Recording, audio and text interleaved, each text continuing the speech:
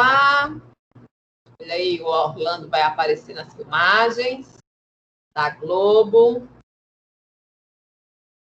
Pronto, meu povo, agora vamos iniciar. Todos vocês estão aí vendo, visualizando o PowerPoint?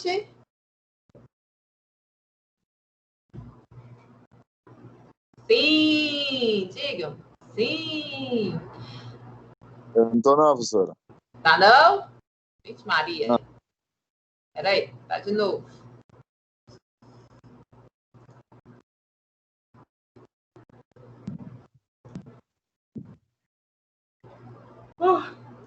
E agora?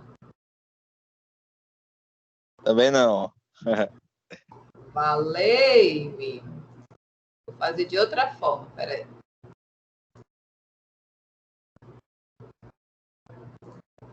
Eu tô. Você tava? Eu tava vendo as duas vezes. Vou tentar essa daqui, aí se não der, a gente vê que o problema é com o Orlando. É que você anda aprontando. Aline, mulher, tu salvou minha vida. Na sexta-feira eu consegui pelo menos tomar um meio copo de whey, né? Depois de 43 horas sem comer nada. Nossa, nunca fiquei tanto tempo sem comer. Professora, agora dá certo. Deu certo? Vamos lá. Continuando. Na verdade, hoje a gente vai iniciar a disciplina nova, né? A análise das demonstrações contábeis. Hoje nós vamos ver a unidade 1 e parte da unidade 2. E na próxima aula, a gente continua a unidade 2 e fecha a 3, tá bom? Então, vamos falar aí sobre demonstrações contábeis e sobre análises para avaliação de desempenho. Começando com a unidade 1. Ai, desculpa. Gente, eu tô começando o meu expediente 4h30 da manhã. Então, às vezes eu bocejo, mas a cabeça tá bem. É só o vício do corpo em querer dormir. Então, na unidade 1, a gente pretende aí reconhecer as demonstrações contábeis, né? Apresentar as demonstrações de acordo aí com o pronunciamento técnico e também preparar as demonstrações contábeis e analisar. Vamos, então, para o tópico 1, né? A lei, existe uma lei aí de 1976, que ela representou uma revolução no campo da contabilidade, introduzindo aí muitas técnicas. E esse cenário, então, passou a ter uma nova roupagem, né? Ele foi reformulado a partir de 2007, quando houve já a edição de uma outra lei, que foi a 11.638, e também com a Lei 11.941 de 2009, assim como esse aí, o pronunciamento técnico, né? O CPC 26. Então, essa parte de legislação aí, tá? E envolve essas situações. Aí eu fui lá na lei, né? E busquei um pouquinho. Lá no capítulo 15, né, ele vai falar sobre o exercício social e as demonstrações financeiras. Então, ele vai dizer no artigo 175, ó, o exercício social, que você vai considerar, ele vai ter duração de 1 ano e a data do término será fixada no estatuto. Ai, desculpa. Na Constituição da companhia e nos casos de alteração estatutária, o exercício social poderá ter uma duração diversa. Então, vai estar lá no estatuto da empresa.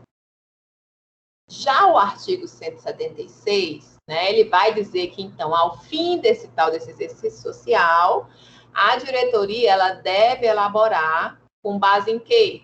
Com base na escrituração mercantil da companhia, da empresa, as seguintes demonstrações financeiras, tá? E essas aí tem que exprimir com clareza, a situação do patrimônio da companhia e também as suas mutações, né? O que foi que mudou durante aquele exercício.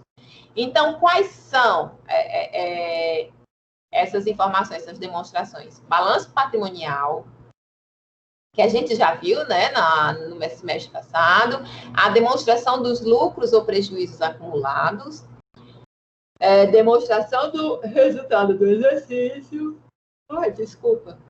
E também demonstração dos fluxos de caixa e, se for uma companhia aberta, demonstração do valor adicionado, tá? As demonstrações, elas serão acompanhadas por notas explicativas e outros quadros analíticos, ou então outras demonstrações contábeis, que forem necessárias aí para esclarecer a situação patrimonial e os resultados daquele exercício. Calma que a gente vai falar um pouquinho sobre... Vamos estudar a legislação, agora vamos esmiuçar melhor, tá? Então, os demonstrativos, eles são obrigatórios, vocês viram lá na lei, né? Para todos os tipos de sociedades sujeitas ao regime de tributação pelo lucro real. Estudamos isso lá em direito tributário, lembra? Os regimes de tributação simples, real, presumido, pois é. Então, vamos ter o balanço patrimonial, demonstração do resultado do exercício, demonstração dos lucros ou prejuízos acumulados. E segundo o artigo 178, esse balanço patrimonial, ele vai ter por finalidade demonstrar a posição financeira e também patrimonial da empresa em determinado momento. Eu não sei se vocês lembram, mas a gente falou isso lá na aula de contabilidade geral. O balanço patrimonial, ele vai representar uma posição estática. A gente até fez a analogia como se fosse uma foto daquele momento. Porque o balanço patrimonial, ele vai se alterando à medida que a instituição, a organização, ela for fazendo as suas operações, né?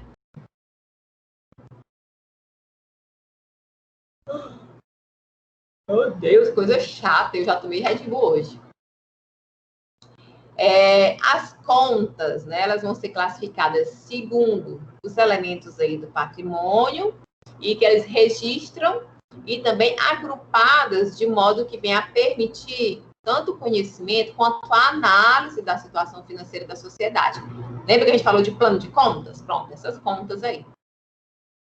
Para o ativo, as contas elas devem ser dispostas em ordem decrescente de grau de liquidez, ou seja, do maior para o menor, daquele que tem maior liquidez para o que tem menor liquidez. Já no passivo, né, a ordem é decrescente de grau de exigibilidade, ou seja, sobre o prazo, né? Então, do maior para o menor, do maior grau de exigibilidade para o menor. A gente tem um modelo de balanço patrimonial, tá? Temos aí o ativo do lado esquerdo, o passivo e as suas divisões aí, ativo circulante, realizável a longo prazo, né? Isso tudo a gente viu, né, em contabilidade geral. E aí você pode observar nesse quadro que a estrutura desse balanço, que segue a Lei 6.404 de 76, ela é sintética, ou seja, resumida, né? Mas que o usuário das informações contábeis, ele tem aí maior conhecimento da empresa e possa, então, formar uma opinião a respeito dela. Essas informações, então, elas devem ser complementadas pelo quê? Pelas notas explicativas, quadros analíticos e etc. Porque você, olhando o balanço patrimonial, você não vai ter um retrato mais esmiuçado, né, sobre a situação da empresa. E aí houveram algumas modificações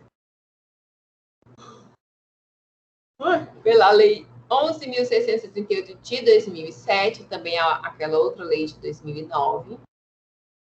E lá nos parágrafos 1º e 2º do artigo 178, eles determinaram que a segregação do ativo e do passivo, ou seja, a divisão, certo, deles, nos seguintes grupos. O ativo seria aí segregado em ativo circulante, não circulante, realizável a longo prazo, investimentos, imobilizado e intangível. Enquanto que o passivo mais o patrimônio líquido, né? Teremos, então, passivo circulante, não circulante, patrimônio líquido, capital social reservas de capital, ajustes de avaliação patrimonial, reservas de lucros, ações de tesouraria e até os prejuízos acumulados. Então, o balanço patrimonial vai ter essas contas aí de acordo com essas alterações na legislação, tá? E a demonstração do resultado de exercício, gente, a conhecida DRE, né? Toda vez que eu escuto DR, eu penso que como chama? É DR de relação, né? Discutir relação. Hã? Orlando falou? Não, sobre isso aí, de relacionamento mesmo. A demonstração do resultado do exercício, a DRE, é peça relevante na dinâmica patrimonial, pois é ela que vai informar aí a receita bruta da empresa, o custo para obter, né? E também as demais despesas operacionais. E aí, então, ela vai evidenciar os lucros, bruto e operacional. A gente também conheceu um pouquinho, né, a DRE, quando a gente estava falando de plano de contas e tudo mais. E a DRE também está prevista na legislação, trago aqui para conhecimento de vocês. O artigo 187 vai dizer que a demonstração do resultado do exercício ele tem que discriminar a receita bruta das vendas e serviços, as deduções das vendas, os abatimentos e os impostos, a receita líquida das vendas e serviços, o custo das mercadorias e serviços vendidos e lucro obtido, as despesas como as vendas, né? O lucro ou prejuízo operacional, o resultado do exercício, todas essas informações, tá? Tem lá na legislação, por isso que a gente está estudando elas.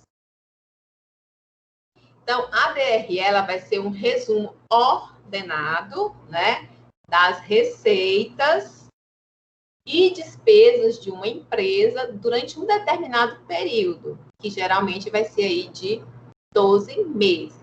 Ela é apresentada aí de forma dedutiva, vertical. Vocês lembram? Daqui a pouco eu vou mostrar para vocês. Vocês lembram como é que ela era, né? Ela não tem aquela divisão como o balanço patrimonial. Ela vem assim na vertical. Primeiro, se demonstram as receitas brutas de vendas ou de serviços, vai depender da empresa. E, na sequência, subtrai-se, então, das receitas quais foram os custos e as despesas, até atingir o resultado do exercício. Por isso, o nome, né? Que pode ser de lucro ou de prejuízo. Aí, essa é a intenção, descobrir esta linda informação. E aqui um modelo, né? Um exemplo, demonstrações do resultado do exercício. Vocês podem ver operações de continuidade, tem um faturamento por venda e serviços prestados. Que está de negativo, foram as deduções da receita, abatimentos, impostos. Que está de igual ali a receita líquida de venda e serviço prestado. Dali foi subtraído os custos dos produtos vendidos. Aí ficou igual o quê? O lucro bruto, de onde vão ser tiradas as despesas com vendas, despesas gerais, outras despesas, e vão ser acrescentadas aí outras receitas, tá? Diminuindo aí o resultado financeiro líquido, até que a gente chegue aí a um resultado antes dos tributos sobre o lucro, né? Então, essa daqui, esse modelinho lindo aqui é a famosa DRE, não é DR de relacionamento. Orlando, teu microfone está ligado. Os demais relatórios que acompanham o balanço patrimonial e a DRE, de acordo aí com o IUD-CIBUS, em 2010, são a demonstração das mutações do patrimônio líquido, que é conhecido aí como DMPL, ou seja, como foi que se modificou, né? Evidenciando aí a mutação do patrimônio líquido em termos globais, né? Ou seja, quais foram as novas integralizações de capital, se alguém investiu capital na empresa, né? Resultado do exercício, se houve lucro, tá? Ou prejuízo. E também ajustes de exercícios anteriores. Então, vai ter essa demonstração das mutações de patrimônio líquido. Em termos de mutações internas, né, as incorporações de reservas ao capital, as transferências de lucros acumulados para a reserva e também a demonstração dos lucros acumulados e a demonstração de fluxo de caixa e notas explicativas. A demonstração de fluxo de caixa, as informações, né, que é o DRC, quando analisadas em conjunto com as demais demonstrações contábeis, elas podem permitir que os usuários avaliem a empresa segundo a sua capacidade de gerar futuros fluxos líquidos positivos de caixa, a capacidade de você honrar os seus compromissos, a liquidez, né, a solvência e também a flexibilidade financeira da empresa, a taxa de conversão de lucro em caixa, a performance operacional de diferentes empresas, o grau de precisão das estimativas passadas de fluxos futuros de caixa e também vão poder aí saber os efeitos sobre a posição financeira da empresa, né, as transações de investimento e também os financiamentos. E o que são as notas explicativas? Eu falei lá que em alguns momentos, para deixar mais claro, por exemplo, como o balanço patrimonial, ele é mais sucinto, né? Às vezes precisam de mais informações para conseguir retratar a realidade dos fatos. E aí vem as notas explicativas, que não são consideradas relatórios legais. Porém, elas são obrigatórias, por quê? Porque elas vão trazer essa complementação, né? Elas complementam os dados do balanço patrimonial, que vão requerer maior detalhamento da sua origem, do seu prazo ou outras informações. Então, não são relatórios legais, mas são obrigadas para que você tenha um melhor dimensionamento e compreensão do balanço patrimonial. As notas explicativas também estão aqui previstas na lei, tá? Aqui vai dizer que elas têm que indicar a denominação da sociedade, seu capital social, patrimônio líquido, o lucro líquido do exercício, né? Várias informações. A lei, ela induz a ampliação do número de notas, quando necessário for para quê? Para o devido esclarecimento dos seus haveres, obrigações e resultados do exercício. Então, é focar aqui. A nota explicativa, ela é utilizada para trazer maiores esclarecimentos. Aquelas informações que não cabem dentro do balanço patrimonial, mas que ajudam a compreender o que está lá dentro, certo? Assuntos que são relevantes para você utilizar uma nota explicativa. Adoção de nova prática contábil e mudança de política contábil, ágil e deságil, ajuste do valor presente, arrendamento mercantil, é o leasing, tá? O ativo, demonstração intermediária, benefícios aos empregados. E tem mais. Ou seja, são os mais diversos, né, assuntos aí. Contratos de construção, contratos de seguro, lucro ou prejuízo por ação, receitas, reservas de lucros a realizar, retenção. Tudo isso pode ser, então, assunto para notas explicativas. E as notas, elas não se limitam a essas que a gente apresentou agora, né? Segundo os autores aí de 2010, quando houver necessidade para o devido esclarecimento, esse número poderá ser ampliado. Então, o foco é sempre o quê? Trazer esclarecimentos, tá? Surge a necessidade de trazer esclarecimento, então, vai a nota explicativa.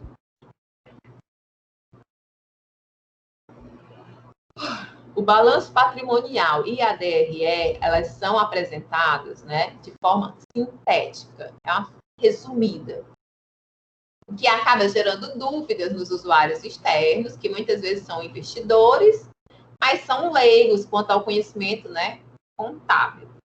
Nesse sentido, quanto mais compreensíveis forem essas demonstrações, mais interesse ele vai poder despertar aí nas pessoas que vão se utilizar dessas informações.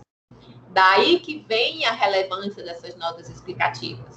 Porque tem lá Aqui a gente tem aqui, né? Uma DRE. Pronto. Ah, lucro bruto, vamos dizer que tem só os valores, mas isso representa o quê? De onde veio, né? Então, você vai complementar essas informações. É quase como se você fosse colocar uma legenda, tá? O estudo das demonstrações contábeis, ele é de fundamental importância para essa análise de balanços. Por quê? Porque somente compreendendo a estrutura das demonstrações contábeis e a forma de contabilização e também de apuração das demonstrações, é que vai ser possível desenvolver avaliações aí mais acuradas, né, mais detalhadas dessas empresas. E assim é que a gente consegue analisar o desempenho delas.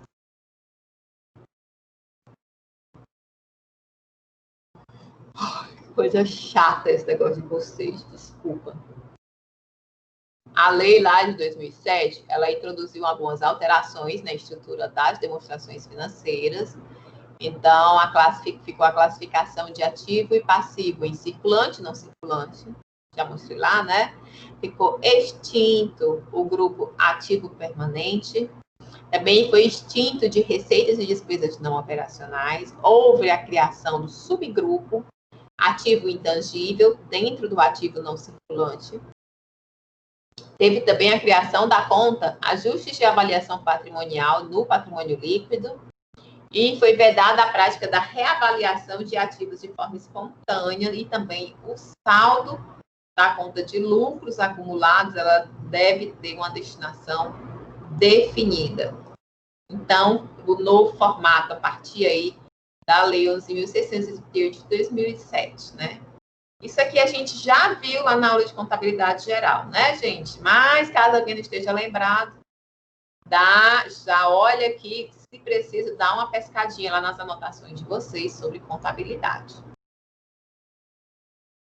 Essa lei ainda ela vai complementar aí o pronunciamento técnico CPC 26. Ele vai tratar de quê? Das demonstrações contábeis e vai estabelecer uma estrutura mínima para a DRE, segundo aí aquelas determinações legais, né? Aí a gente vai ter receitas, custo dos produtos, lucro bruto, despesas com vendas, a parcela dos resultados de empresas investidas, resultado antes das receitas e despesas, resultado antes dos tributos, né? O valor líquido e, por fim, o resultado líquido do período. Todas essas continhas, né? Que a gente viu lá do plano de contas, né? Elas vão trazer os seus resultados para cá, para que a gente faça como eu falo, gente, para que a gente faça uma análise para saber, então, qual foi o resultado. O resultado foi de lucro ou o resultado foi de prejuízo? Por isso que é uma demonstração de resultados. Registro aí de resultados, de execução. A necessidade, aí são abordados dois outros aspectos com relação à DRE, que a gente precisa saber. Primeiro, a necessidade de divulgação de forma separada da natureza e também montantes dos itens, receita e despesa, quando estes são relevantes. Aí ele vai dizer lá no artigo 98, ó, as circunstâncias que dão origem à divulgação separada de itens de receitas e despesas, elas incluem redução no estoque ao seu valor realizável líquido, reestruturações das atividades da entidade, baixas de item do ativo imobilizado, baixas de investimento, solução de litígios, tá? Elas precisam aí de divulgação. Já outros precisam de subclassificação de despesa. As despesas elas podem ser subclassificadas a fim de descartar componentes do desempenho que possam diferir em termos de frequência, potencial, e eu não consigo ler o resto, porque tem uma placa aqui no meio que não sai. Tá? Então, existe essa necessidade aí ainda sobre a DRE de divulgação e também de subclassificação. Ó, a DRE é de acordo com o método função da despesa. Aí a gente tem aqui, ó, receita de vendas, 3.000. Custo dos produtos vendidos, lucro e tudo mais. Já quando você tem método natureza da despesa, né?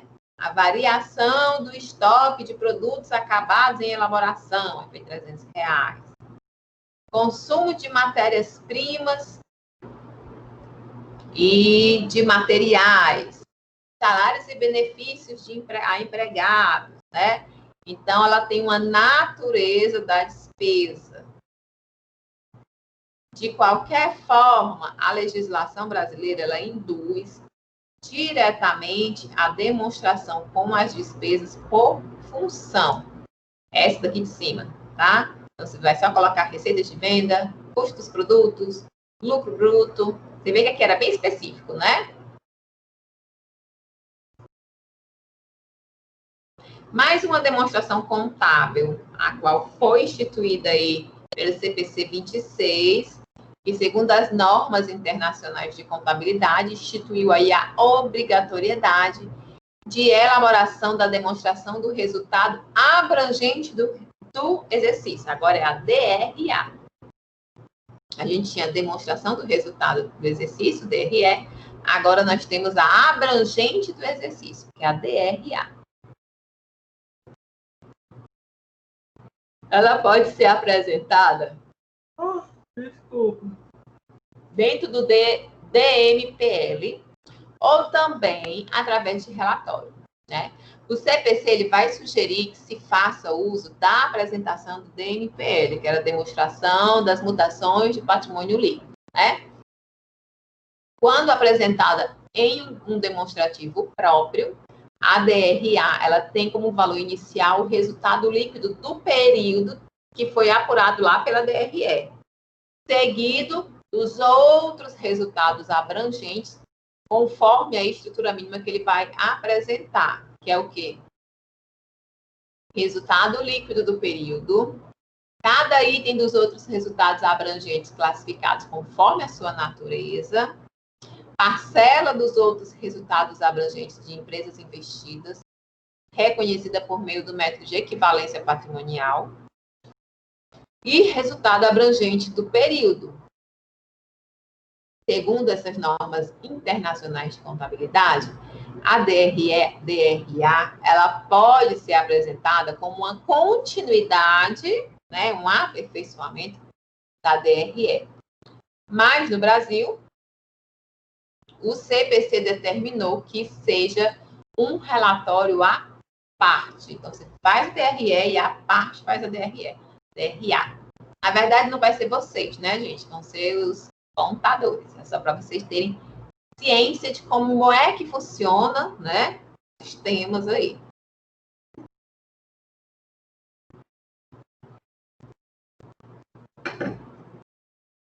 Lucro, demonstração do resultado abrangente, um exemplo aqui. A gente tem o lucro líquido do período, aí tem a parcela dos sócios da controladora, a parcela dos não controladores, ajuste dos instrumentos financeiros, né?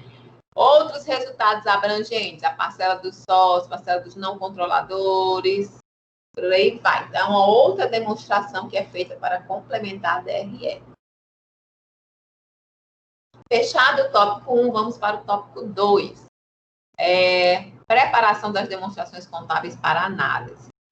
Quando a análise for convenientemente manuseada, ela pode transformar-se aí num poderoso painel de controle do administrador, né? Vai ser a fonte de informações.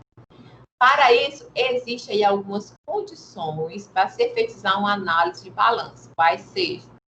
Primeira, a contabilidade da empresa, ela deve ser mantida com esmero, ou seja, com cuidado, com amor e carinho, né?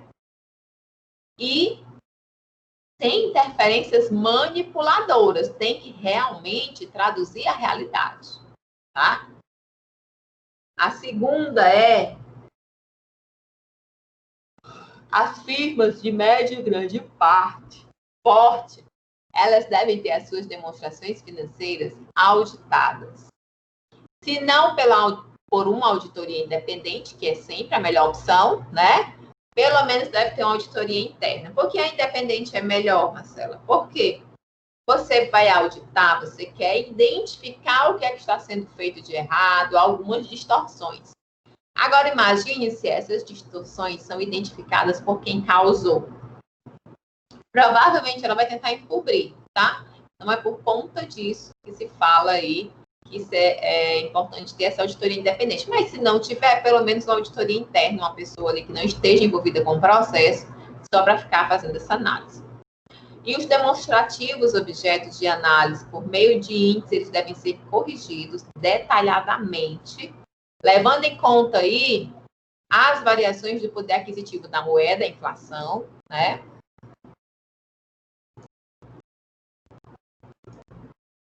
E se quisermos apurar a verdadeira taxa de rentabilidade obtida a partir pela atividade operacional, a gente deve reclassificar tanto as despesas financeiras como as receitas no grupo não operacionais. Aí eles vão apresentar alguns casos aqui de reclassificação. Por exemplo, duplicatas descontadas.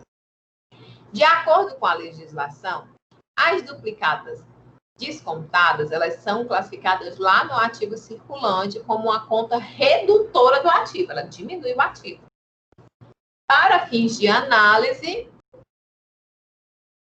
as duplicatas descontadas, elas deverão ser reclassificadas no passivo circulante, pois, pelas suas peculiaridades, ainda há o risco da empresa ter que reembolsar o dinheiro obtido, caso o quê? Caso o cliente não venha liquidar, né, a dívida no banco. Para demonstrar melhor, vamos ver o exemplo a seguir. Tá aqui. Demonstraremos a seguir a situação das empresas Rio e Mar. Elas possuem o mesmo valor no ativo circulante e também no passivo circulante. Vocês estão vendo aí. Aqui do lado esquerdo, a gente tem a empresa Rio. E do lado direito, nós temos a empresa a empresa Mar. Veja o ativo circulante da Rio, R$2.000. E o passivo circulante da Rio, R$1.000. A mesma coisa aqui na empresa Mar. R$2.000 de circulante e R$1.000 de passivo. Aqui na empresa Rio, né, temos aí uma entrada de 200 no ativo e também na empresa Mar. E depois ele tem a dedução desses 200, né? Ele acrescenta e depois retira. E do lado do passivo ele fica sem alterações. Já na empresa Mar, o que eles fizeram? Eles colocaram a entrada de 200 aí das duplicadas, mas eles também colocaram lá dentro do passivo. Então, se a gente observar a situação patrimonial das empresas, a gente vai ter que a empresa Rio, ou seja, se você dividir o ativo circulante pelo passivo circulante dessa empresa, 2.000 dividido por 1.000, vai ser igual a 2. Já na empresa Mar, se você fizer esse mesmo cálculo, 2.200 dividido por 1.200, a gente vai ter 1,83.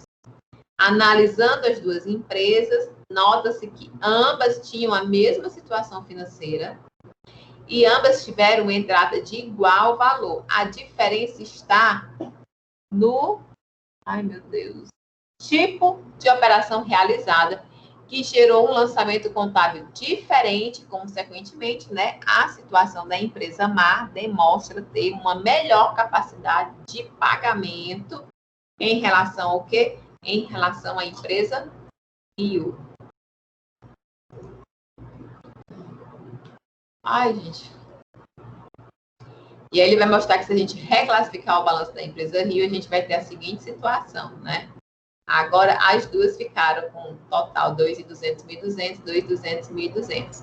Agora, as empresas, elas possuem o mesmo endividamento e a capacidade de pagamento de cada um é R$1,83. A mesma para ambas, isto é, para cada real que essa empresa deve, né, existe em caixa R$1,83, o que lhes possibilita aí salvar, né, saldar os seus compromissos, e ainda resta para cada real devido, ele vai restar aí 0,83 centavos no caixa, né? Então, o endividamento está aí igual para as duas empresas. E as despesas do exercício seguinte? Esse é o único grupo de contas que não se converterá em dinheiro.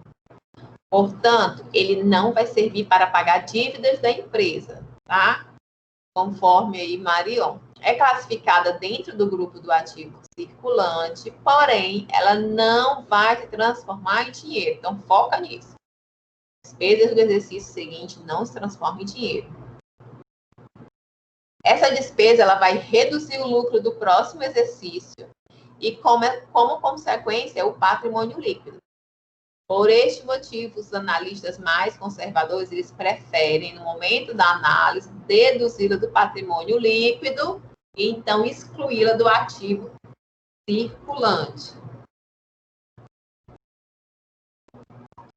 Não circulante, substituto ou substituto permanente. O subgrupo aí, diferido, tem sofrido ajustes por parte de muitos professores e analistas, deduzindo ele aí dentro do patrimônio líquido, com a alegação de que se trata de despesas que vão compor o resultado do exercício futuro. E, consequentemente, eles irão diminuir o patrimônio líquido. E aí, o resultado de exercícios futuros. Aí já é uma outra legislação, a medida provisória lá de 2008 e também a lei que a gente já vem estudando aqui de 2009. Com esses aí, esse grupo desapareceu como um grupamento de contas que pertencia ao balanço patrimonial. Então, os saldos existentes e classificados corretamente, segundo a legislação anterior, né, elas vão para o passivo não circulante. Devidamente aí destacadas as receitas e também as despesas. Gente, vocês sabem, já ouviram falar na palavra leasing? Leasing ou arrendamento mercantil. O leasing, gente, ou arrendamento é uma operação de financiamento que facilita ao empresário o acesso a bens de usos necessários ao funcionamento da empresa sem que tenha de comprá-los imediatamente. Então, o arrendamento mercantil, leasing, pago por uma empresa mensalmente, ele não se caracteriza como um ativo, tá? Por quê? Porque, embora o bem estivesse dentro da empresa, mas a empresa não tinha posse, ela tinha só a propriedade. Você sabe a diferença um do outro? Na verdade, eu acho que o texto queria dizer o contrário. No direito civil, ele vai dizer que tem a questão da posse e a questão da propriedade. Por exemplo, deixa eu ver aqui, o Orlando está andando com o seu carro pela cidade. O carro é dele, ele comprou, está no nome dele. De repente, Deus me livre, mas chega um assaltante, rouba esse carro do Orlando. Naquele momento, ele vai embora, né, com o carro do Orlando. O que é que a gente tem nessa situação? O Orlando, ele tem a propriedade do carro. Ele pode provar que o carro é dele. Mas ele não tem a posse, né? Quem está com a posse? O ladrão.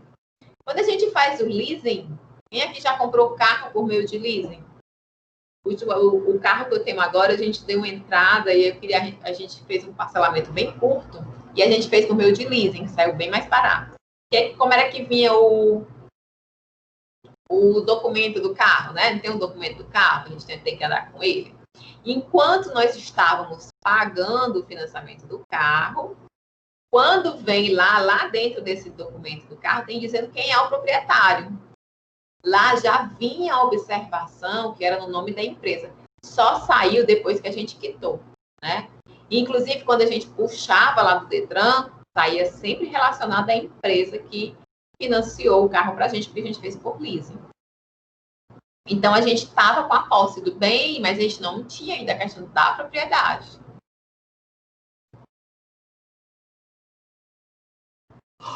Ferreira explica que existem várias modalidades de leasing, porém ele vai citar aí as 3 que são mais utilizadas, tá? Temos o leasing financeiro, que é o quê? Financiamento com características de aluguel. Por exemplo, se a empresa quer adquirir um um equipamento de produção, ele pode, então, ser adquirido à vista ou a prazo. No caso aí, ele financiado via leasing, como eu fiz com o carro, né? Leasing operacional, ou também conhecido como renting. Ele é um contrato de locação conjugada com assistência técnica quanto a esses bens locados. Por exemplo, computadores, aviões, e não há necessidade de que haja a opção de compra. Por exemplo, lá no campus, a gente tem um contrato, a gente antes comprava as impressoras, os toners, né? Só que aí a gente tinha custo muito elevado. Hoje a gente faz um outsourcing, que é uma prestação de serviço de impressão. Mas ela funciona um pouco parecido com esse leasing. O que acontece? É como se a gente tivesse um contrato de locação daquela impressora, daquela empresa, e junto com o empréstimo, né, o aluguel do equipamento, já vem também a assistência técnica, tá? Desses bens. Ou seja, eles vão cuidar de toda essa parte e a gente não precisa adquirir esse bem. Tem o leaseback. O leaseback é uma operação realizada pela instituição financeira com a empresa, ou seja, o banco compra bens de uso permanente e determinada empresa, porém os deixa na posse da vendedora a título de leasing, mediante aí uma cobrança de aluguel. Então, existe o direito de recompra desses bens pela empresa vendedora. Então, ele foi lá, comprou, mas ele, deixa com a empresa, como um aluguel, né? E se ela quiser, ela pode ter a opção de recomprar. Receitas financeiras e despesas financeiras. Lá no DRE, deverão ser reclassificadas as contas de despesas financeiras e também de receitas financeiras, né? De conformidade aí com a lei das SAs, nós também já estudamos as SAs. As despesas e as receitas, elas estão classificadas no grupo de contas operacionais. No entanto, para fins de análise gerencial, tá? Elas devem ser transferidas para o grupo de receitas e despesas não operacionais. Esse procedimento, né, vai nos levar a obter um lucro operacional efetivamente apurado pela atividade principal da empresa. Sem ter que incluir aí receitas financeiras que sejam resultado de aplicações, né? Ou mesmo despesas financeiras. Então, eles vão ter uma noção real do que aquela operação, aquela produção trouxe de fato. Contas do ativo. Só para relembrar, porque eu sei que vocês já sabem, vocês aprenderam, não esqueceram e ainda lembram, né? Ativo é composto de todos os bens e direitos de propriedade e de controle da empresa. São avaliáveis em dinheiro e representam benefícios presentes ou futuros para a empresa. Aí nós temos bens e direitos, né? Bens, máquinas, terrenos, estoques, dinheiro, ferramentas, veículos, instalações. E como direitos? As contas a receber, as duplicatas, tá? Se o bem ou direito não for de propriedade da empresa, normalmente eles não vão estar constando lá no seu ativo. Por quê? Porque a empresa só terá a posse e não a propriedade. Não é dela, né? Ela só pode utilizar.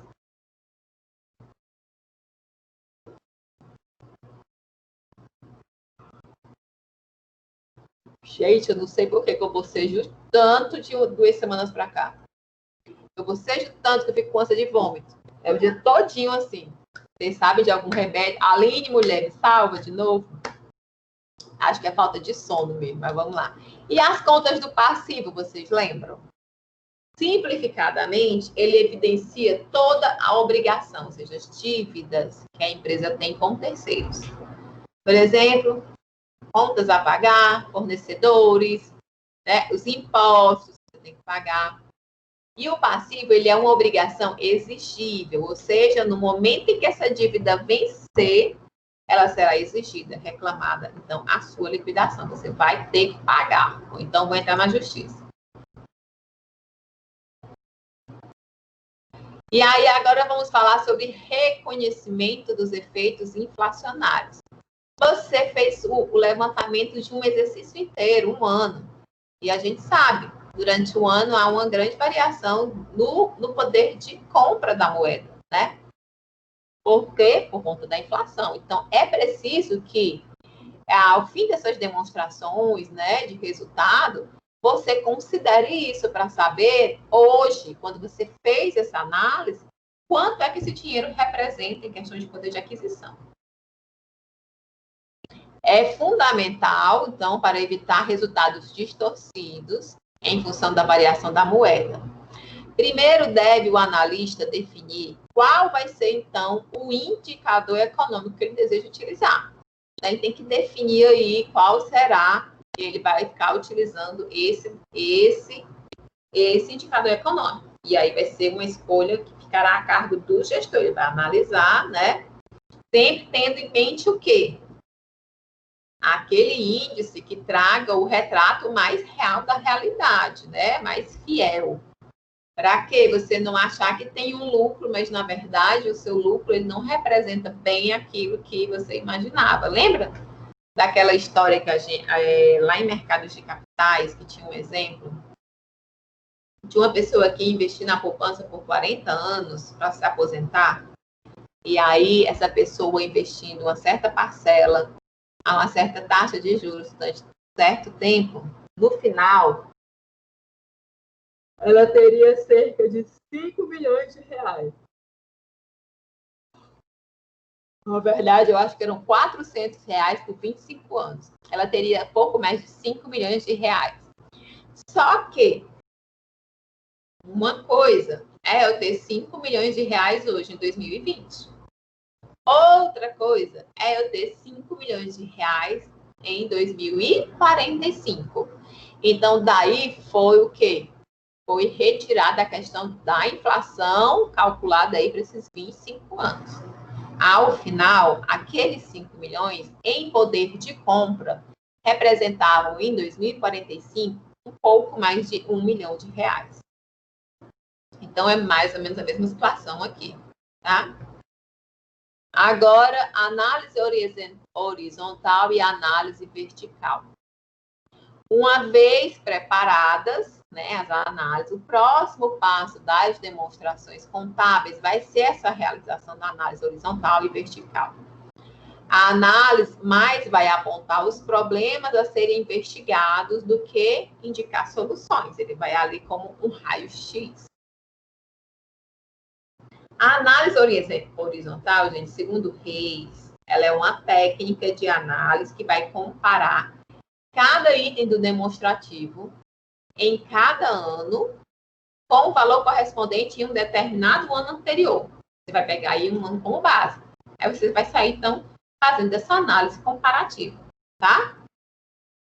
Qual é o objetivo dela, gente? É você mostrar como foi a evolução de cada conta isoladamente, ou então de cada grupo de contas. Tá? Como é que ele está evoluindo, como é que está indo, olha, esse daqui aumentou, esse daqui diminuiu. Como essas identificações, né, é que você vai, então, tomar decisões. A principal finalidade da análise horizontal é apresentar o crescimento de itens do balanços e das demonstrações de resultados, a fim de caracterizar aí quais são as tendências, né, que estão incidindo aí nessa empresa.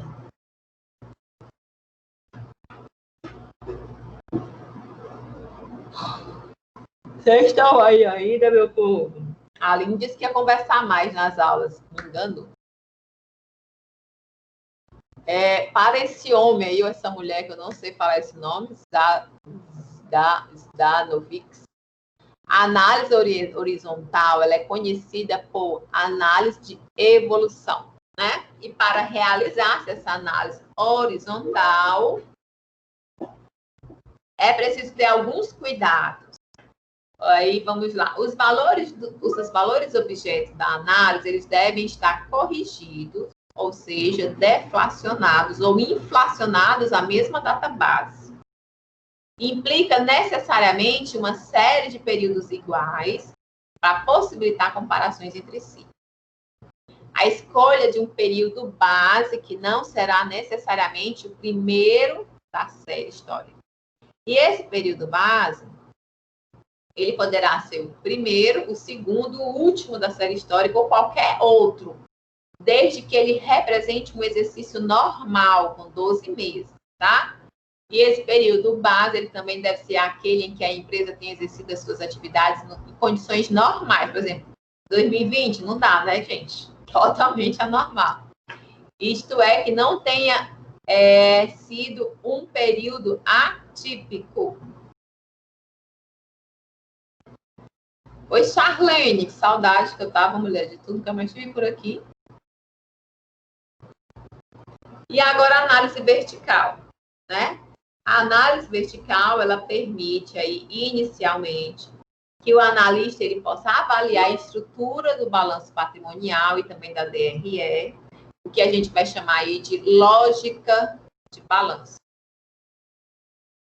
Se há proporcionalidade dos diferentes componentes aí patrimoniais e de resultados, elas se manterem ao longo dos anos, né? Ou seja, elas estão aumentando e crescendo na mesma proporção, né? Ou então, se existem desequilíbrios importantes que merecem uma avaliação mais minuciosa, ela vai verificar isso. Tem por finalidade, então, avaliar a estrutura dos itens do balanço e da demonstração do resultado do exercício e também a sua evolução no tempo. E a comparação dos números ela vai ser feita aí com o total do ativo e do passivo, lá no balanço patrimonial, e também com as vendas líquidas, que você vai retirar lá das demonstrações de resultados. E assim a gente encerrou a unidade 1. Teve mais parte de conceito, né, gente? Muita coisa a gente já tinha visto em contabilidade geral. Vou beber aqui uma água e respirar um pouco. Vamos aqui à unidade 2. Lembrando que a gente não vai finalizar a unidade 2 hoje, tá? Ai, gente, eu quero usar esse aqui, não dá. Indicadores de liquidez. Falou em liquidez, falou em dinheiro no bolso.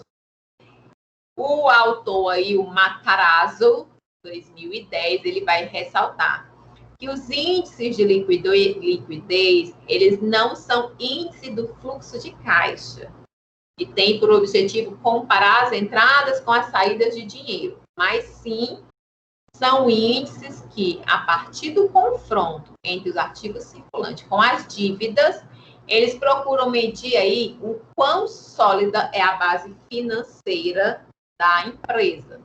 Uma empresa que apresenta bons índices de liquidez, elas têm condições de ter boa capacidade de pagar as suas dívidas. Mas não garante que ela estará obrigatoriamente pagando as suas dívidas em dia. Por quê? Porque existem outras variáveis, como prazo de pagamento, renovação de dívidas e etc.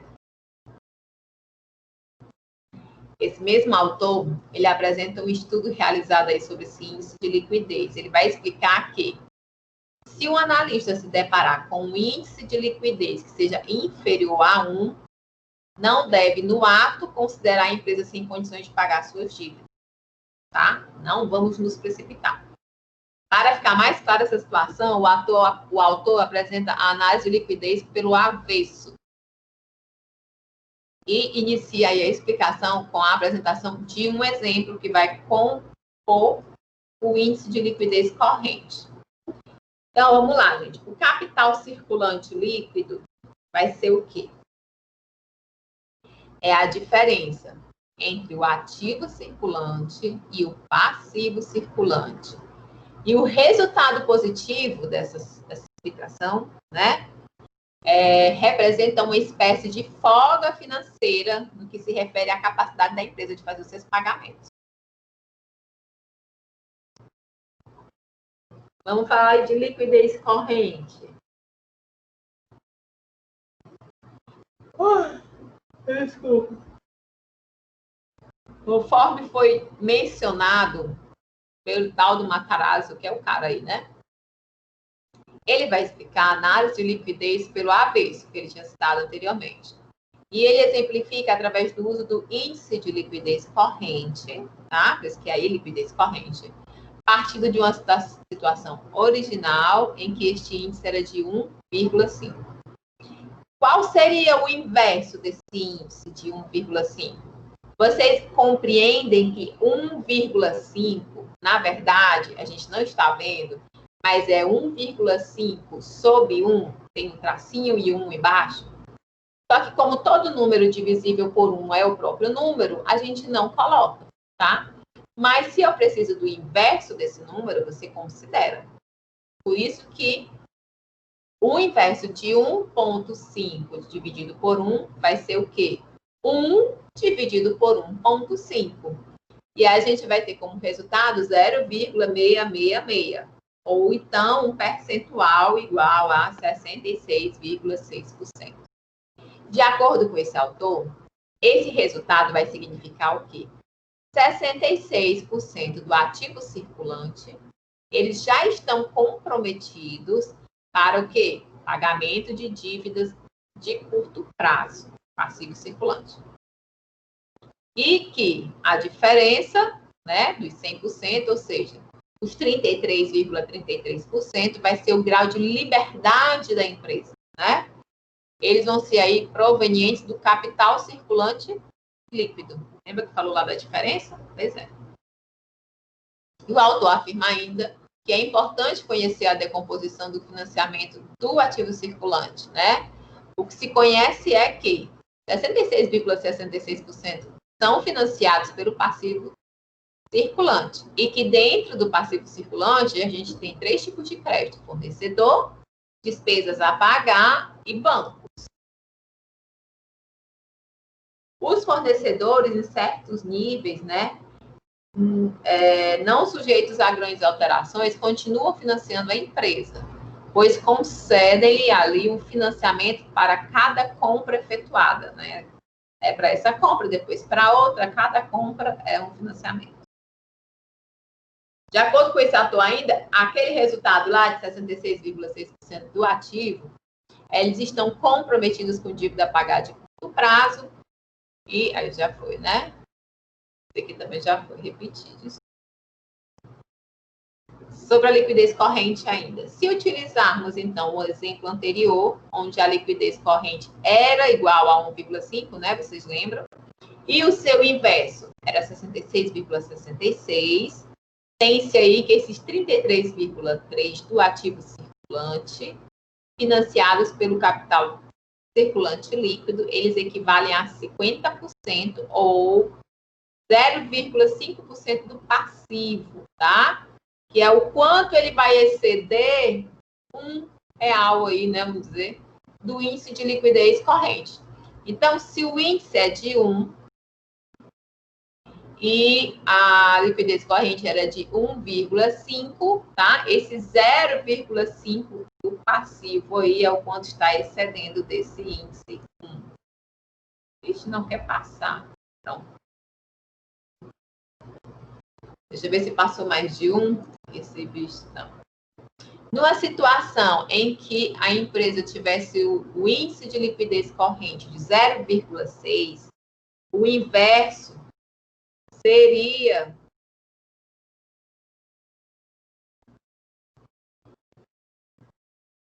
o inverso dessa seria o quê?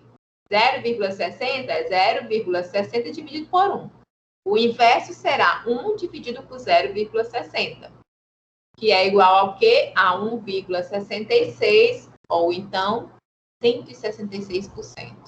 Isso mostra que a empresa ela não tem nenhuma liberdade em relação a crédito de curto prazo, dos quais financiam aí 1,66% dos investimentos no circulante. Pode-se dizer, então, que o ativo permanente ele também depende desses créditos de curto prazo. Nota 1. Nota 1 é que o índice de liquidez corrente de 0,60 deve-se da seguinte forma interpretado. A empresa ela tem uma insuficiência de investimento no ativo circulante de 40 centavos. Para quê? Para cada real, ela tem uma deficiência de 40 centavos, tá? Essa insuficiência é motivada por aplicações desses recursos no ativo permanente, razão porque a empresa ela não tem nenhuma liberdade em relação aos recursos com os credores de curto prazo. Porque, gente, ativo permanente, você tem a maior dificuldade, né? Menor liquidez. Então, por isso, essa questão dos credores de curto prazo. A nota 2. Observada a situação acima, infere-se que a empresa depende excessivamente dos credores de curto prazo. Em outras palavras, a gente pode dizer que a empresa está na mão desses credores, né? Partindo desse pressuposto, a gente vai observar e vai fazer a seguinte pergunta: e se esses credores, já que a empresa está na mão desses credores, e se esses credores resolverem reduzir o crédito da empresa, como é que vai ficar o capital de giro dela? Porque ela depende, né? Ela não tem muita liberdade. Para o autor das duas, uma. Ou a empresa vai ter que reduzir o ritmo dos seus negócios, o que não é bom, né? Porque aí ela não vai conseguir, ela vai diminuir a sua produtividade, ou então ela simplesmente não vai pagar os seus credores e cairá em uma situação de insolvência. E nota 3. Neste caso, a vida da empresa passa a depender de terceiros e a sua continuidade ela torna-se ameaçada. Então, esta é uma situação comum que leva as empresas à insolvência. Então, a gente tem que ficar atento a isso, né? Qual vai ser aí o grau de liberdade financeira, né, da empresa? Para quê? Para que ela continue crescendo. Ficar muito dependente dos credores não é inteligente. Silva explica que o índice de liquidez corrente, era também chamado de current ratio, sei lá, indica quanto a empresa possui em dinheiro, mais bens e direitos realizáveis até o término do exercício seguinte, né? Para pagar aí as dívidas que vencerão dentro deste mesmo prazo aí. Aí o Matarazzo continua falando, né? Ele afirma que esse índice de liquidez ele vai indicar quanto a empresa possui lá dentro do ativo circulante para cada real que a empresa possui lá dentro do passivo, tá? Qual é a fórmula? Você vai dividir o ativo circulante pelo passivo circulante e assim você vai descobrir a sua liquidez corrente, tá? Qual a interpretação que a gente precisa ter aqui? Gente, quanto maior for essa liquidez corrente, melhor será para a empresa, né? Quer dizer que ela tem mais liberdade. E a liquidez seca? Muita informação hoje, né, gente? Eu tentei não trazer tudo de uma vez, porque senão a gente é muito confuso. Padovese e Benedicto, eles explicam que para fins de análise, esse tipo de indicador deve considerar aí o tipo de empresa. Então, para você falar de liquidez seca, primeiro considerar o tipo de empresa. Haja vista que as empresas comerciais, elas tendem a ter estoques que mais facilmente se realizam em dinheiro, né? Você vai ali numa loja de roupas, né? Vende roupa, ela tem um estoque, mas é mais fácil dela transformar em dinheiro do que, por exemplo, uma empresa industrial que, além de ter um ciclo operacional maior, ela vai ter aí 3 tipos de estoque. O estoque de materiais e embalagens, o estoque em processo de elaboração e também os estoques de produtos que já estão acabados. Segundo Marion, nem sempre que uma empresa tenha um baixo índice de liquidez seca, ela está com uma situação financeira apertada. E ele vai esclarecer como. Um supermercado, por exemplo, cujo investimento de estoque é elevadíssimo e que ele não tem duplicatas a receber, pois que ele só vende à vista, né? Esse índice ele pode ser baixo. Nesse caso, para determinarmos aí se o índice de liquidez seca de um supermercado é bom, é necessário também comparar o seu índice com o índice dos demais supermercados. Então, vamos comparar os iguais aí, né? Aí, o autor explica que o estoque é o item mais manipulável dentro do balanço e ele pode se tornar obsoleto, antiquado a qualquer momento, ou ainda pode ser um item perecível, né? A gente sabe que tem que ter muito cuidado com essa questão de estoque, porque é dinheiro parado e, pior, desvalorizando, né? E ele vai trazer uma fórmula para a gente saber essa questão da liquidez seca, né? Que vai ser o quê? O ativo circulante menos o que você tem em estoque, dividido pelo passivo, tá? Passivo circulante.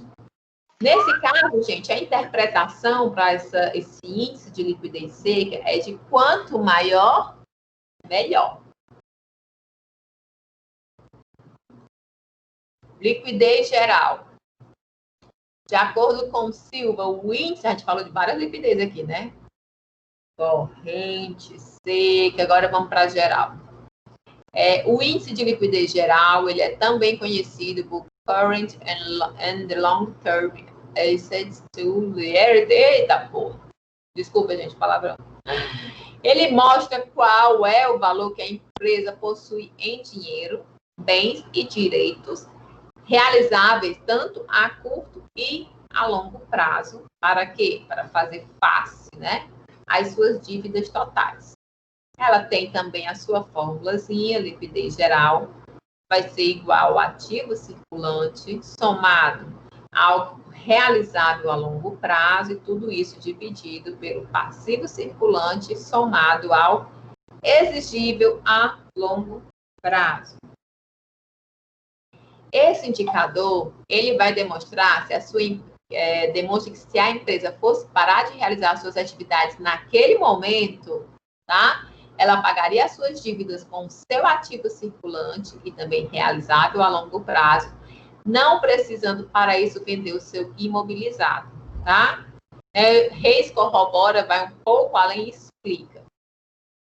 E a liquidez geral, ela mede a capacidade de solvência de uma empresa. Se vai acabar com a empresa hoje, né? O que vai sobrar? Porque ela compara o somatório das dívidas com todos os créditos da empresa, independente do seu vencimento, né? Não se preocupando aí com limite de prazo. Em outras palavras, né? A liquidez geral expressa a capacidade da empresa de pagar todos os seus compromissos sem ter que vender o seu permanente, tá? Interpretação aí, quanto maior a liquidez geral, melhor para a empresa. É assim que ela não vai precisar dispor do seu permanente. E temos aí também a liquidez imediata. Vai ter liquidez, né?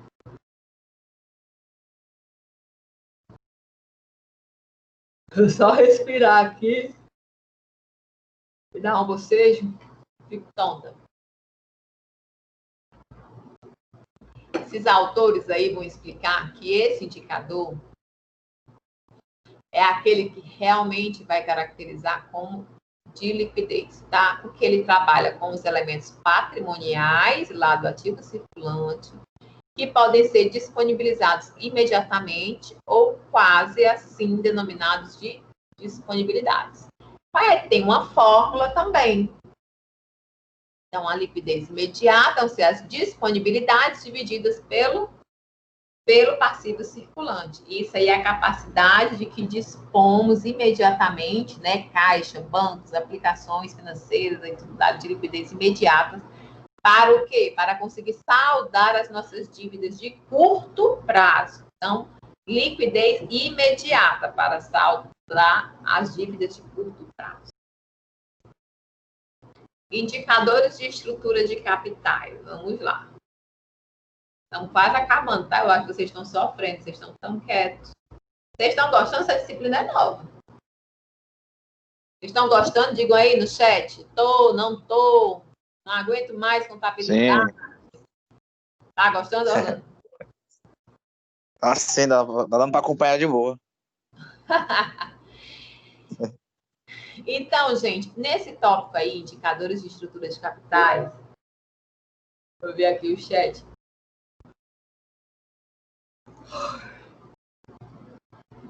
Pronto. Isso aqui, gente, é muita decoreba, né? Assim, é muita leitura e pouco exercício, né? Mais compreensão mesmo e tentar fixar na mente o que é cada um deles, né? Assim, de primeiro apresentando para vocês, obviamente, vocês não vão já... Eita, o que aconteceu com a minha apresentação? Vocês não vão sair aí já sabendo, né? Tudo, mas vocês clareiam as ideias aqui e depois vão se aprofundar nos estudos. O foco aí são os indicadores de estrutura de capital, aqueles então que demonstram aí o grau de endividamento, né? Na análise de balanço, esse aí é um dos itens mais relevantes porque ele vai demonstrar as grandes linhas de financiamento que foram escolhidas pela empresa. De acordo com Bruni, os indicadores de estrutura de capital ou de endividamento, eles buscam analisar os efeitos que as alavancagens financeiras têm sobre os resultados, sobretudo focando aí o risco da empresa. Participação de capital de terceiros, a gente já falou sobre isso também, né? Aí tem outro nome aí, que eu não sei se é em inglês, enfim. Esse índice aí de participação de capital de terceiros, ele vai representar o percentual de capital de terceiros, né?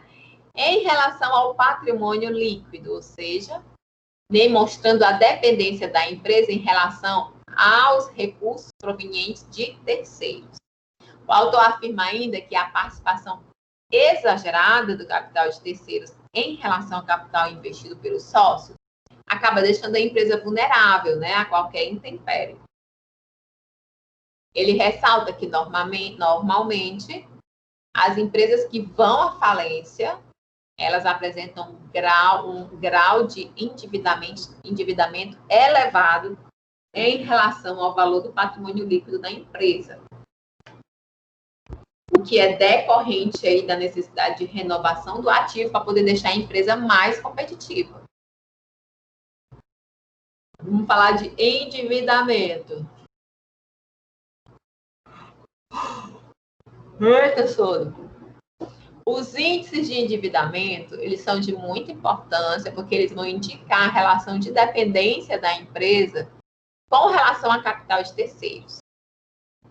Eles mostram aí grandes linhas de decisões financeiras em termos de obter e aplicar recursos, tá? Então, se você observar aí a formulazinha, participação de capital de terceiros sobre recursos totais, você vai ter que é necessário você dividir o exigível total, ou seja, ciclo circulante, mais o exigível a longo prazo, dividido novamente pelo exigível total, somado com o patrimônio líquido. Faz essa continha aí, você vai saber. Esse índice aí, dessa continha, ele vai relacionar, então, o exigível total, que são o capital de terceiros, com os fundos totais providos, ou seja, os capitais próprios e também capitais de terceiros. E ele expressa a porcentagem que o endividamento ele representa sobre os fundos totais da empresa. Significa a porcentagem do ativo total que foi financiado com recursos de terceiros. Nesse caso, gente, quanto maior for esse índice, pior, porque quer dizer que uma quantidade maior do seu ativo ele foi financiado por terceiro. A composição do endividamento.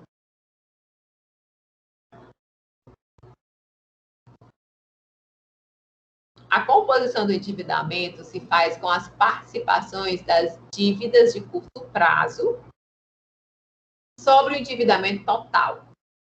Então, você vai aí pegar o seu passivo circulante e vai dividir pelo seu exigível total. O objetivo desse índice aí é para a gente avaliar o equilíbrio entre os recursos a curto prazo e a longo prazo. O representa, então, a composição do endividamento total ou qual a parcela que vence a curto prazo nesse endividamento total, né? Entretanto, cada empreendimento possui aí uma estrutura otimizante de composição de recursos e não existe aí regras fixas, né? Vai ter que ser analisado de acordo com cada empresa. Para a Marion, é de muita relevância observar o endividamento a curto prazo. Que o endividamento a curto prazo ele é desfavorável, porque ele prejudica a liquidez corrente da empresa, que é a situação financeira. Então, também, quanto maior for esse endividamento a curto prazo, pior será para esta empresa. A imobilização do patrimônio líquido. Ela tem por finalidade demonstrar que percentuais do patrimônio líquido, eles estão aplicados no imobilizado, né? E aí, mais uma fórmula para vocês. Então, essa imobilização do patrimônio líquido vai ser o imobilizado dividido pelo patrimônio líquido. E quanto maior for a aplicação de recursos dentro do imobilizado, maiores serão os custos fixos da empresa, né? Assim apresentados tanto pela depreciação, seguros, despesas de manutenção. Desta forma, elevando aí o ponto crítico ou então o desequilíbrio da condição financeira da empresa. Então, não é tão bom assim você ter um imobilizado muito grande. Então, quanto maior for o investimento da empresa no imobiliário, gente, todo investimento ele gera um aumento de despesa, como foi dito ali, né? Você vai ter que ter manutenção, né? Outros fatores envolvidos, dependendo do que for aí, né? Então, quanto maior for o investimento da empresa no imobilizado, menores serão os recursos próprios que irão sobrar para o ativo circulante. E aí, maior será a dependência de quê? De capitais de terceiros para tentar financiar aí o ativo circulante. Então, nesse caso aqui, gente, quanto menor, melhor será a situação para a empresa. E a imobilização dos recursos não recorrentes, né? A gente vai ter outra fórmula. Gente, quantas fórmulas já foram? Perdi as contas. Depois tem aqui o slide, vou passar para vocês, e vocês podem só fazer um quadrinho aí, só das fórmulas. A gente vai ter o imobilizado, somado aos investimentos, somado ao intangível, tudo isso dividido pelo patrimônio líquido, mais o exigível a longo prazo. Então, a imobilização de recursos não correntes, ela indica o percentual aplicado lá no imobilizado. Mesmo que a empresa quase não tenha necessidade de ativo circulante, deve sempre existir aí um pequeno excesso de recursos não correntes em relação a essas imobilizações, para que seja destinado ao ativo circulante. O autor ainda complementa citando: a parcela de recursos não correntes destinada aí ao ativo circulante vai ser denominada capital circulante líquido, CCL, né? Quanto menor for, melhor será. Quase finalizando a noite, vamos falar aqui, então, os indicadores de estrutura de capitais compreendem os quocientes de endividamento, né? Cuja abordagem limitou-se a 5 itens aqui compreendidos. Então, temos participação de capitais de terceiros, né? Que vai representar aí o percentual de capital de terceiros em relação ao valor do patrimônio líquido e demonstra, então, a dependência da empresa a esses recursos. Endividamento indica qual é a dependência da empresa com relação a capital de terceiros. E aí, evidencia também grandes linhas de decisões financeiras em termos de obtenção e de aplicação de recursos. Composição do endividamento. Busca avaliar o equilíbrio entre os recursos a curto e longo prazo. E a imobilização do patrimônio líquido, através desse índice, é possível observar quanto é o percentual de recursos aplicados lá no imobilizado e, consequentemente, quanto vai sobrar para o giro da empresa, ou seja, lá no ativo circulante. Vou beber aqui uma água. Ai. Sabe que eu passei a tarde dando aula? Praticamente dando aula, né, filho? Fui fazer uma reunião, que era uma apresentação de explicação. Menino, aí a garganta tá falhando. Eu já tô desde 3 horas da tarde que eu tô falando, sem parar. E, por fim, gente, a imobilização dos recursos não correntes, né? Indica aí o percentual aplicado no imobilizado, nos investimentos e no intangível, o que não deve ser superior, óbvio, a 100%. Né? Matarazzo afirma que mesmo que a empresa não tenha necessidade de ativo circulante, deve ser... Ai, gente, que é isso?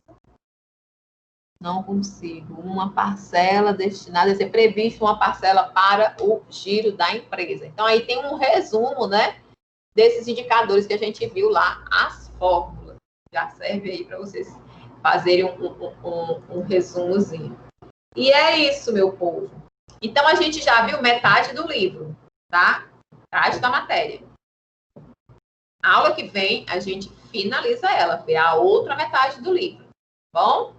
Não foram muitos conceitos, muitas fórmulas, mas, como vocês disseram, dá para pegar, é só questão mesmo que agora vocês façam os exercícios, estudem e, pelo amor de Deus, fiquem atentos aos prazos de resposta das avaliações. Já veio aqui aluno para mim desesperado. Eu perdi prazo de 2 provas. Eita, meu filho. Danou-se. Então, gente, fiquem atentos, tá?